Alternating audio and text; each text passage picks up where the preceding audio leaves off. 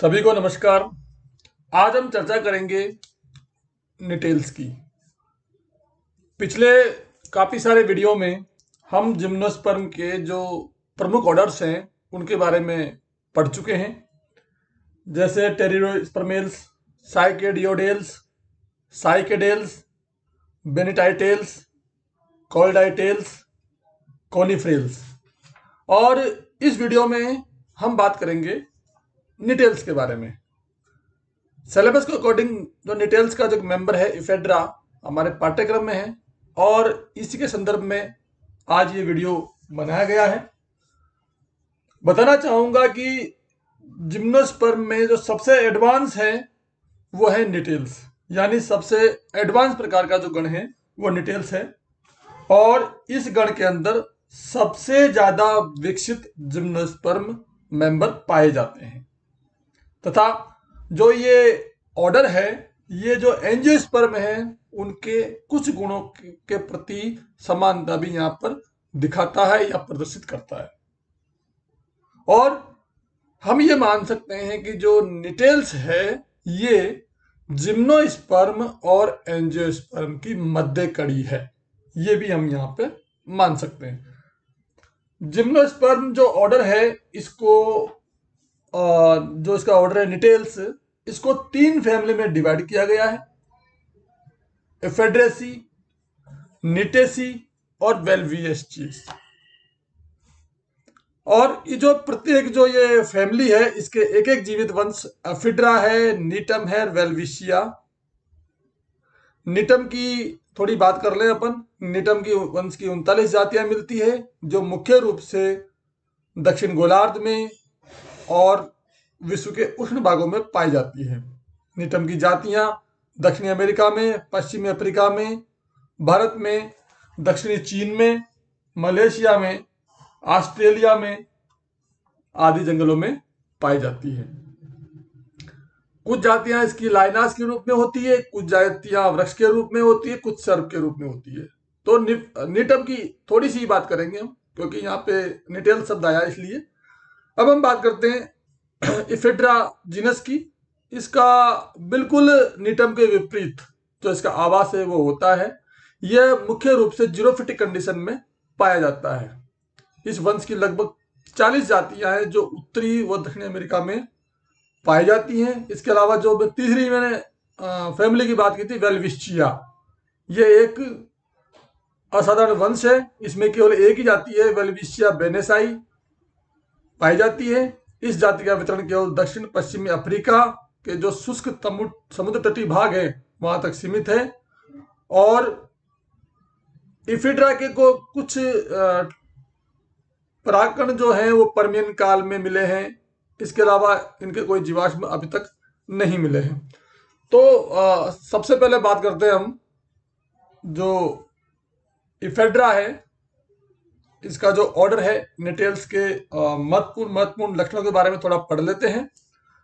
इसके बाद हम अपने मेंबर इफेड्रा की बात करेंगे। सबसे पहली बात, जो इसके जो स्पोरोफाइट है, यानी जो बीजाणुविद है इसके, वो होते हैं शर्ब। शाखित वृक्ष भी हो सकते हैं और वुडी क्लाइंबर लाइनास भी हो सकते हैं। जबकि इसका जो एक मेंबर है वेल्विशिया, उसका तना जो चुकंदर के समान आंशिक रूप से भूमिगत भी पाया जाता है। अब अगर आप बात करें आगे, तो इनमें जो शाखाएं हैं वो सीमित और असीमित दोनों प्रकार की यहाँ पर पाई जाती हैं। जो सीमित होती है उसकी वृद्धि सीमित होती है, तथा जो असीमित शाखाएं हैं उनकी वृद्धि लगातार होती रहती है। इसके अलावा इनकी जो पत्तियां हैं सरल, सल्की, लंबी, फीतेनुमा या अंडाकार व्यवस्थित हो सकती हैं। वेल्विशिया के जो पर्ण हैं पर्याय लंबे होते हैं तथा कठोर होते हैं। इसके अलावा और इनका जो अरेंजमेंट है वो होता है सम्मुख रूप से, ये विन्यासित होते हैं। इसके अलावा जो जाइलम की कंडीशन है, यहाँ जाइलम में वाहिनीकार वाहिकाएं दोनों पाई जाती है। ट्रैकिड्स और वेसल्स दोनों कंडीशन यहाँ पर पाई जाती हैं। जो लक्षण है एंजियोस्पर्म का वाहिकाओं का वो यहाँ पर पाया जाता है। इस तरह से इनको बीज की कड़ी हम कह सकते हैं।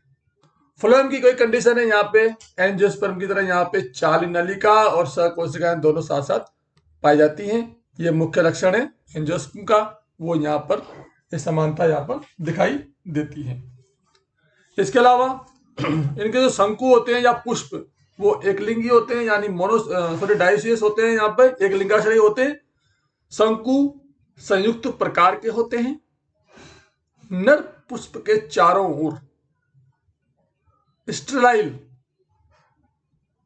परिधरी सल्क उपस्थित होते हैं, जिन्हें कहते हैं परिदल पुंज। और इसके अलावा नर पुष्पों में लघु बीजाणु दानेदारों पर 1 से 8 सिनेंजियम पाई जाती है। बीजांड 2 अध्यावरणों से घिरा रहता है। भीतरी अध्यावरण अत्यधिक लंबा होकर बीजांड द्वारीय नाल का निर्माण करता है।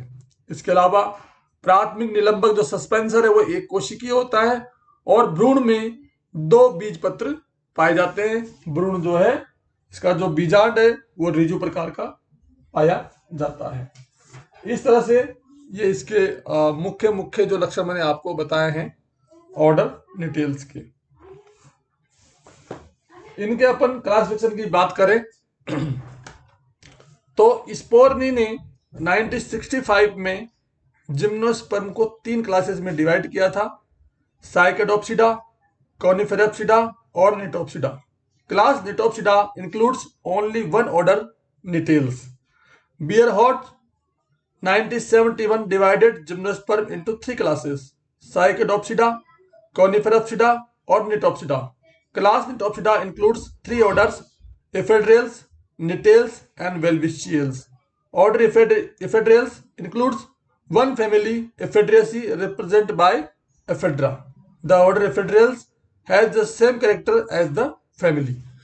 तो इस तरह से फैमिली Ephedriaceae में वही प्लांट जीरोफिटिक कंडीशन में photosynthetic function is performed by stem, leaves are reduced to scales, normally secondary growth in present, pollen chamber is very deep. इस तरह से लक्षण इस फैमिली के इनके बारे में हम लगातार बात कर रहे हैं। अब हम बात करते हैं अपने मेंबर इफेड्रा की।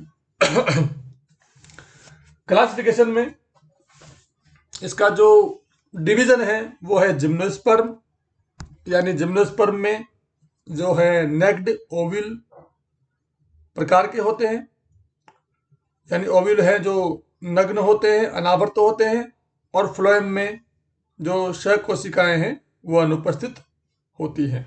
ये जिम्नोस्पर्म के कैरेक्टर्स हैं। यहाँ पर ये इफेड्रा अपवाद है। दूसरा है निटोप्सिडा, इसमें मैंने लक्षण बता दिए अभी आपको। इसके अलावा इफेड्रेल्स, इसकी हम बात करें ऑर्डर में, पत्रियां चक्रिक क्रम में व्यवस्थित होती हैं और रेजिन नलिकाएं यहाँ पर अनुपस्थित होती हैं ऑर्डर इफेड्रेल्स में। इसके अलावा फैमिली इफेड्रेसी की बात करें, द्वितीयम जाइलम में जो वाहिकाएं हैं वेसल्स उपस्थित होती हैं। सभी सदस्य डायोसियस प्रकार के होते हैं और स्त्रीदानी है उसमें लंबी ग्रीवा उपस्थित होती है। इस तरह से इसका ये हुआ क्लासिफिकेशन। प्रभाग जिम्नोस्पर्म, वर्ग निटोप्सिडा, गण इफेड्रेल्स, कुल इफेड्रेसी और वंश इफेड्रा।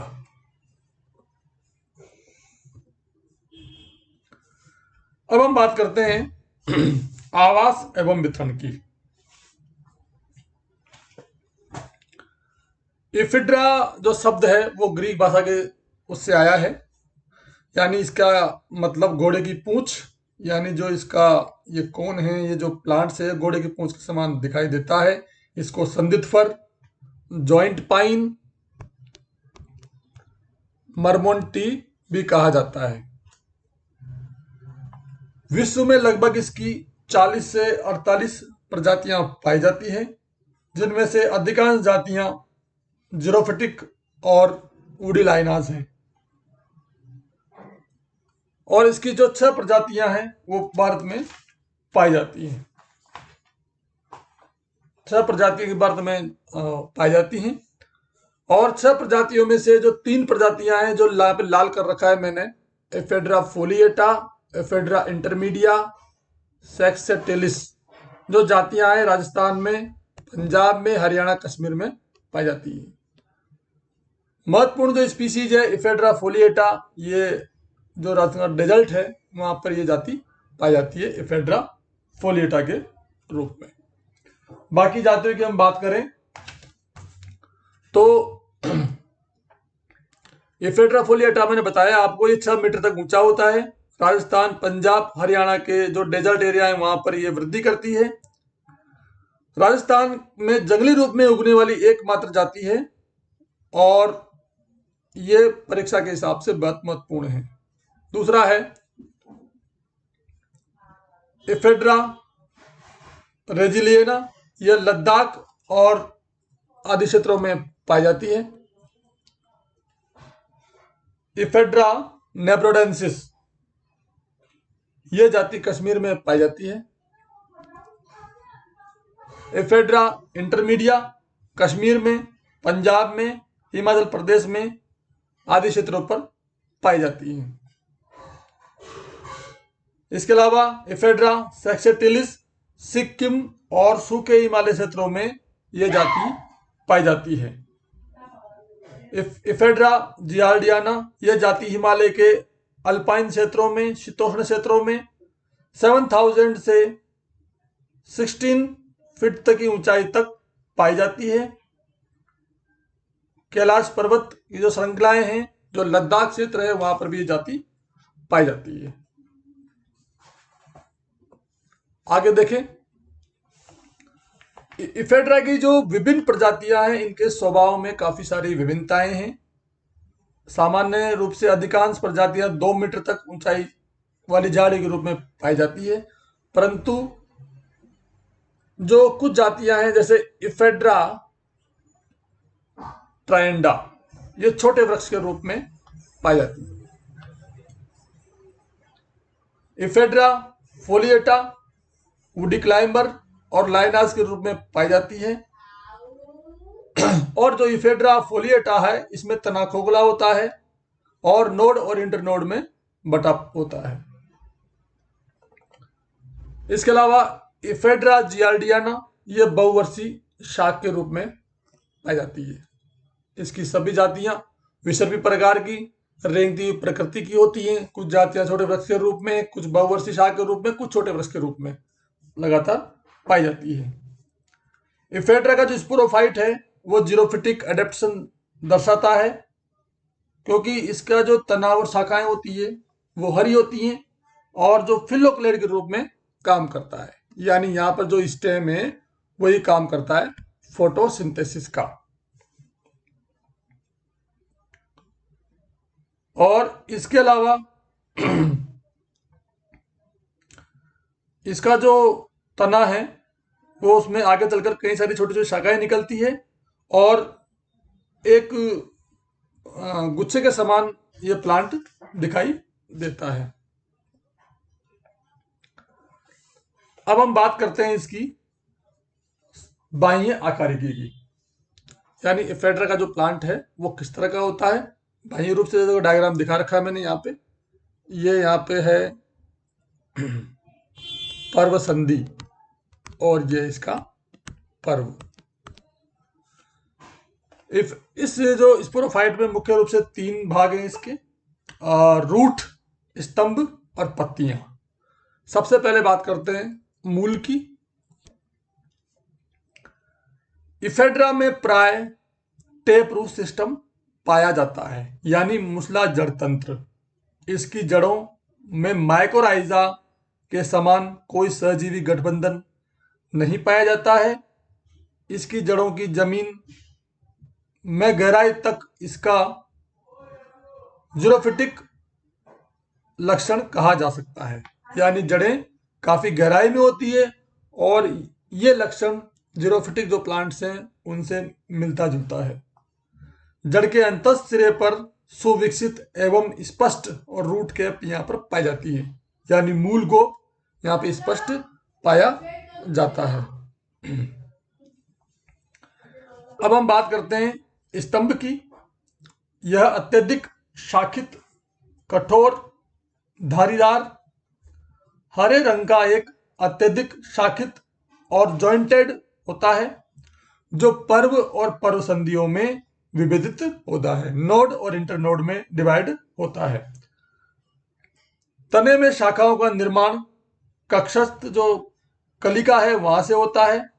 प्रत्येक पर्व संधि पर उत्पन्न 3 या 4 शाखाएं चक्रिक क्रम में लगी हुई पाई जाती हैं। प्रत्येक पर्व संधि के आधारी भाग में पीले रंग का विशेष अंतर्वेशी विभज्योति क्षेत्र यहाँ पे उपस्थित होता है, जिसकी कोशिकाएं जो ग्रीष्म ऋतु है उसमें कठोर होकर विलगत परत के रूप में काम करने लगती हैं। यही कारण है कि जो गर्मी होती है उसमें इसकी शाखाएं गिर जाती हैं और आगामी वृद्धि काल में इसी स्थान पर नई प्रहो शाखाएं डेवलप हो जाती हैं। पत्तियों की हम बात करें तो एफेड्रा की जो पत्तियां हैं छोटी होती हैं, अवरंत होती हैं और स्केल के समान दिखाई देती हैं, सल्क के समान दिखाई देती हैं। अधिकांश प्रजातियों में ये जो इसका अरेंजमेंट होता है वो सम्मुख एवं क्रसित रूप में व्यवस्थित होती हैं और इनके निचले सिरे सहजात होते हैं, जो पर्व संधि के चारों ओर एक आवरण शीत का निर्माण करते हैं। प्रत्येक शल्क पर्ण में 2 समानांतर एवं अशाखित शिराएं पाई जाती है। इस तरह से ये इफेड्रा की एक सामान्य संरचना, बाह्य संरचना मैंने आपको बताई है। इस वीडियो में जितने भी फोटोग्राफ्स लिए गए हैं सब गूगल सर्च के द्वारा, गूगल इमेज से लिए गए हैं, वहां से कॉपी किए गए हैं। इसका आभार गूगल को जाता है। कुछ कंटेंट्स इस पुस्तक से लिए गए हैं, diversity of seed plants, Sharma Trivedi Sharma, RBD Jaipur से। और इस वीडियो से मैं आशा करता हूं कि आप इफेड्रा के जो क्लासिफिकेशन है, इसका ऑर्डर डिटेल्स के लक्षण हैं और इसकी स्पोरोफिट की जो बाह्य संरचना है, रूट, स्टेम और लीव्स, इसके बारे में आप समझ पाएंगे। सभी का बहुत बहुत आभार व धन्यवाद।